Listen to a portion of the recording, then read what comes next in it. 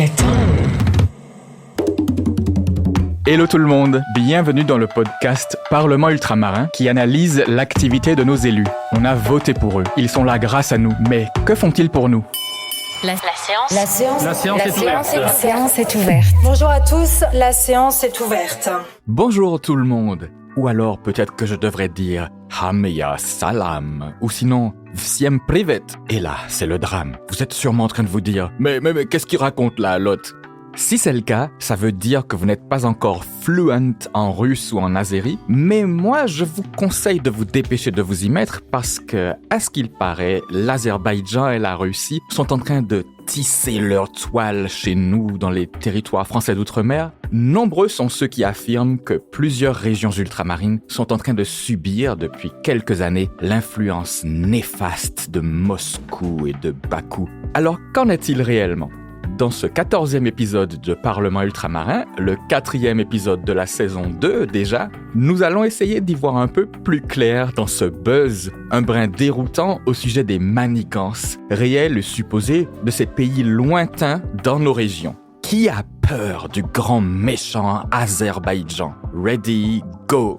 Sur l'Azerbaïdjan, ce n'est pas un fantasme, c'est une réalité. Et je regrette qu'une partie des leaders indépendantistes calédoniens ait fait un deal avec l'Azerbaïdjan. C'est incontestable. Voilà. Et ça donne une idée de ce qu'est parfois la démocratie si on écoutait certains leaders. Mais je veux dire qu'aujourd'hui, même s'il y a des tentatives d'ingérence, aucun pays n'accède à la violence en Nouvelle-Calédonie. La France est souveraine chez elle et c'est tant mieux. On vient d'écouter Gérald Darmanin, qui était alors ministre de l'Intérieur et des Outre-mer lors d'une interview diffusée sur la chaîne France 2 en mai dernier.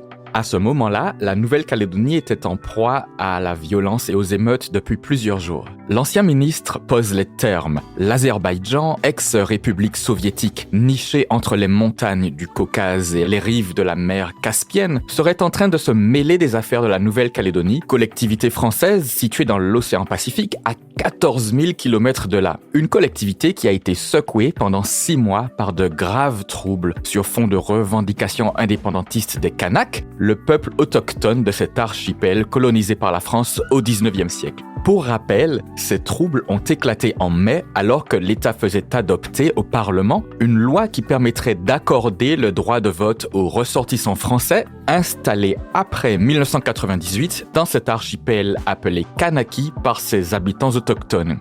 Du point de vue des indépendantistes, ce projet de loi allait à l'encontre des accords de Nouméa signés cette même année 1998. On ne va pas revenir sur cette histoire très complexe. Si vous voulez tout comprendre à la situation, je vous invite plutôt à réécouter l'épisode 5 de la première saison. Jade, ma prédécesseure, vous y explique brillamment les enjeux de la Nouvelle-Calédonie en détail. Revenons à nos moutons, l'Azerbaïdjan. Alors, il se trouve que les relations entre Bakou et les indépendantistes kanaks ont été officialisées tout juste quelques semaines avant cette interview de l'ex-ministre Darmanin. Le 18 avril, une élue indépendantiste du Congrès de la Nouvelle-Calédonie, qui correspond à la chambre basse du Parlement calédonien, a signé, au nom du président de cette assemblée, un mémorandum validant la mise en place d'une coopération avec le Parlement d'Azerbaïdjan. Ce mémorandum a été validé pendant une visite de 3 jours d'une délégation d'élus kanaks qui se sont rendus en Azerbaïdjan en vue de préparer la COP29, c'est-à-dire la 29e édition de la conférence annuelle des Nations Unies sur le climat, qui s'est déroulée le mois dernier en novembre à Bakou. Alors bien sûr, la signature de cet accord a causé des remous. Les élus loyalistes, c'est-à-dire partisans du maintien de la Nouvelle-Calédonie dans le giron français, ont critiqué une initiative qui n'avait fait l'objet, selon eux, d'aucune concertation et qui plus est avec les autorités d'un pays qui n'a rien de démocratique. Ces élus non indépendantistes ont donc exigé l'annulation de ce partenariat. Ils ont finalement eu gain de cause puisque le 14 octobre, la nouvelle présidente du Congrès de la Nouvelle-Calédonie, Veilma Falaeo, a déclaré ce protocole d'accord nul et non avenu car l'élu qui l'avait signé n'avait pas eu le mandat pour le faire. L'ancien président du Congrès, Roch Ouamintane, avait pourtant défendu cette initiative controversée en rappelant qu'il s'agissait du 15e accord de ce type conclu entre l'Assemblée de Nouvelle-Calédonie et d'autres parlements dans le monde entier. Ce chef coutumier kanak indépendantiste a ajouté que le texte en question, je cite, « se bornait à des déclarations d'intention en matière de coopération parlementaire ». Roch Ouamintane avait quand même reconnu que la situation géopolitique entre la France et l'Azerbaïdjan était complexe et il a affirmé qu'il n'avait pas l'objectif de s'immiscer dans ces affaires entre Paris et Bakou qui ne concernent pas la Nouvelle-Calédonie. Alors, puisque le Congrès de la Nouvelle-Calédonie avait déjà conclu 14 partenariats avec des assemblées et parlements de pays et régions aussi divers et variés que la Nouvelle-Zélande, la Catalogne, la Fédération Bruxelles-Wallonie, la Corse ou encore la République de Fidji, on peut se demander pourquoi ce partenariat en particulier avec le Parlement d'Azerbaïdjan a fait couler autant d'encre. Parce que, comme le reconnaissait l'ancien président kanak Roch Ouamintane, les relations entre Paris et Bakou sont loin d'être au beau fixe. Petit rappel, allez, presto rapido. L'Azerbaïdjan, c'est un petit pays qui fait à peine la superficie du Portugal ou du département de la Guyane. C'est une république de 10 millions d'habitants, indépendante depuis l'effondrement de l'URSS en 1991 et dirigée d'une main de fer depuis son indépendance par une dynastie de présidents aux tendances autocratiques, voire tyranniques, les Aliyev, père et fils. Un pays laïque, majoritairement musulman et coincé dans une zone de forte tension géopolitique aux confins de la Russie, de l'Iran, de la Turquie et de l'Arménie. Cette petite république doit sa relative prospérité aux hydrocarbures. L'exploitation du pétrole et du gaz représente plus de la moitié de son produit intérieur brut. Grâce à l'or noir, des années de croissance économique débridée ont permis à ce petit pays autrefois si pauvre d'atteindre un niveau de vie comparable à... Tiens, devinez, comparable à Dubaï, au Qatar, à l'Arabie Saoudite peut-être ? Ah bah alors là, pas du tout, on en est encore bien loin. Selon la Banque mondiale, le revenu moyen par habitant de l'Azerbaïdjan était à la 89e place au niveau mondial en 2022, c'est-à-dire entre des petits pays caribéens comme la Barbade ou le Suriname, dans ce classement annuel, et loin derrière des pays comme la Serbie ou la Colombie. Bref, on n'est pas vraiment sur le profil d'une grande puissance qui pourrait faire trembler la France dans ses bottes, me direz-vous. Ensuite, il faut se souvenir que les relations entre Paris et Bakou étaient excellentes jusqu'aux années 2010. Pour vous la faire court, ces relations se sont rapidement envenimées à partir de 2020, lorsqu'une guerre a éclaté entre l'Azerbaïdjan et l'Arménie. Après être longtemps resté neutre dans ce vieux conflit entre ces deux pays voisins, Paris a soutenu l'Arménie. Et ça n'a pas plu à Bakou. Bon, en même temps, ça peut se comprendre un peu, non ? Bon, passons. Alors, cette guerre s'est terminée en septembre 2023 sur une victoire de l'Azerbaïdjan. Mais depuis, rien ne va plus entre Paris et Bakou. Par exemple, des Français ont été arrêtés en Azerbaïdjan et ont eu de gros ennuis avec la justice de ce pays pour des motifs qui semblent franchement dérisoires. Dans la foulée, en septembre 2024, le Quai d'Orsay, c'est-à-dire le ministère des Affaires étrangères, a formellement déconseillé aux ressortissants français de se rendre dans ce pays du Caucase en raison, je cite, des risques d'arrestation, de détention arbitraire et de jugement inéquitable. Sacrée ambiance, De son côté, l'Azerbaïdjan rejette ces accusations et reproche à la France de s'immiscer dans ses affaires intérieures. Quelle histoire! Il y a plein d'autres détails assez croustillants ou un peu inquiétants, mais je vais pas m'attarder là-dessus, sinon on va plus du tout s'en sortir. En tout cas, vous avez capté l'essentiel, les relations bilatérales sont au plus bas et chacun accuse l'autre de se mêler de ce qui ne le regarde pas. Et donc, tout ceci nous ramène aux territoires ultramarins. Là encore, il y aurait beaucoup de choses à raconter, donc on va s'obliger à résumer au maximum.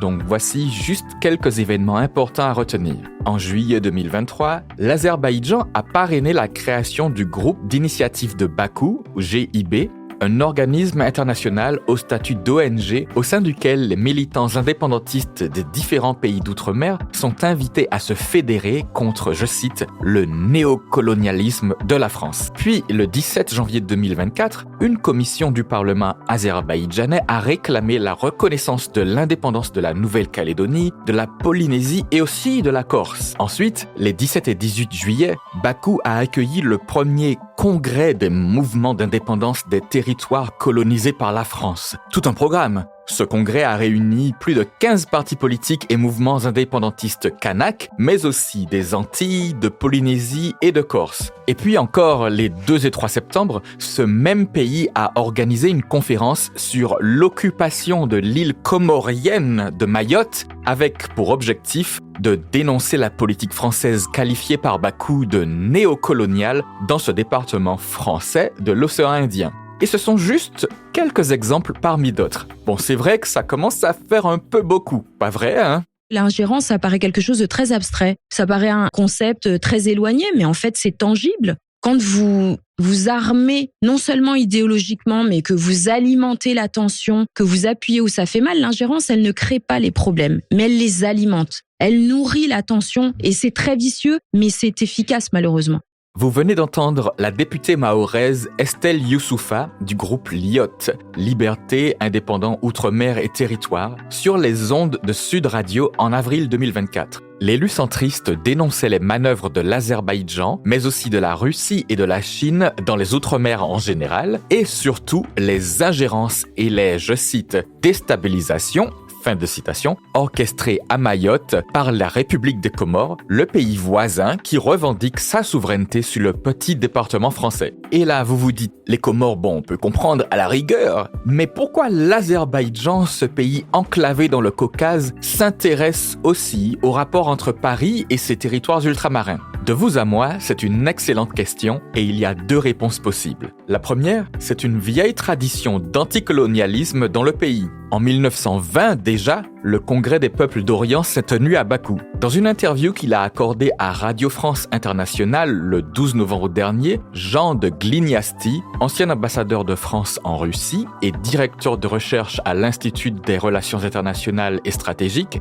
estimait que cette vieille tradition avait été, je cite, réactivée sans aucun doute à l'initiative de Moscou pour des raisons liées à la guerre en Ukraine. Fin de citation.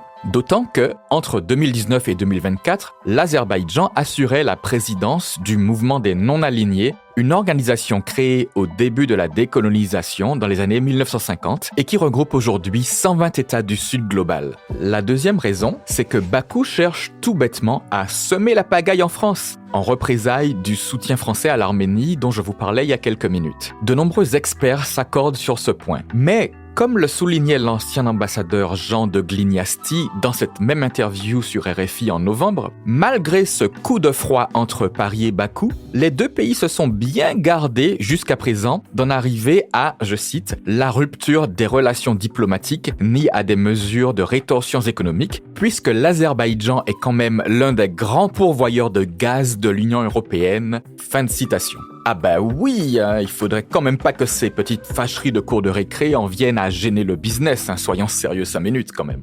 Mais il faut admettre que les choses vont loin. Par exemple, à la fameuse COP29, la conférence sur le climat qui s'est tenue à Bakou en novembre, le président azerbaïdjanais Ilham Aliyev a fait la déclaration suivante, je cite, « Les soi-disant territoires d'outre-mer en France et aux Pays-Bas, plus spécifiquement ceux des Caraïbes et dans le Pacifique, sont parmi les plus sévèrement touchés. » Là, il parlait des conséquences du changement climatique. Il a ensuite dénoncé les essais nucléaires français en Polynésie et qualifié de colonies les territoires ultramarins où la France se rend coupable, selon lui, de dégradations environnementales. Et puis, pour bien enfoncer le clou, le président Aliyev a accusé Emmanuel Macron d'être responsable des violences qui ont eu lieu en Nouvelle-Calédonie cette année et du meurtre d'innocents. Avouez, c'est chaud quand même. En signe de protestation, la ministre française de la Transition écologique, Agnès Pannier-Runacher, a boycotté la COP29 à Bakou. Et bim!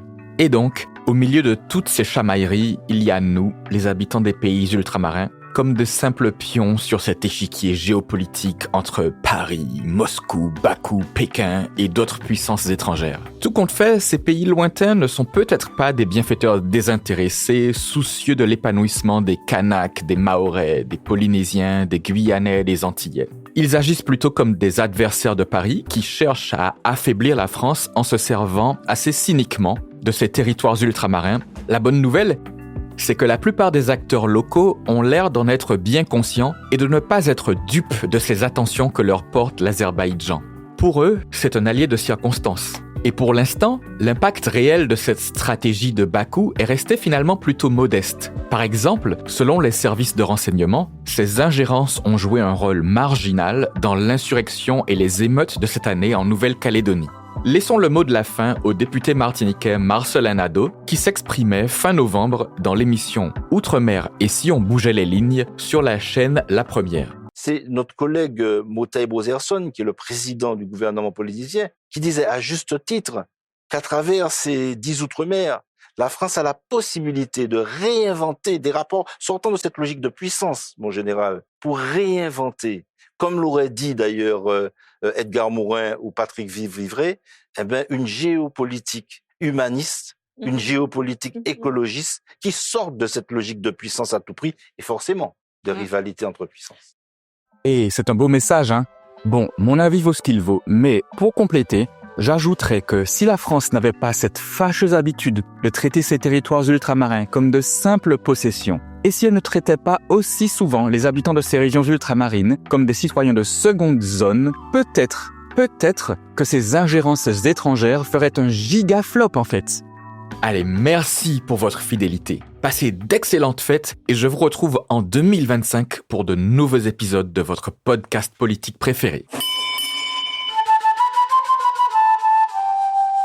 Et voilà, c'est tout pour aujourd'hui. La séance est suspendue. N'hésitez pas à nous faire des retours sur les réseaux, à nous mettre 5 étoiles et à partager autour de vous pour faire entendre les voix ultramarines. Au Pacaton.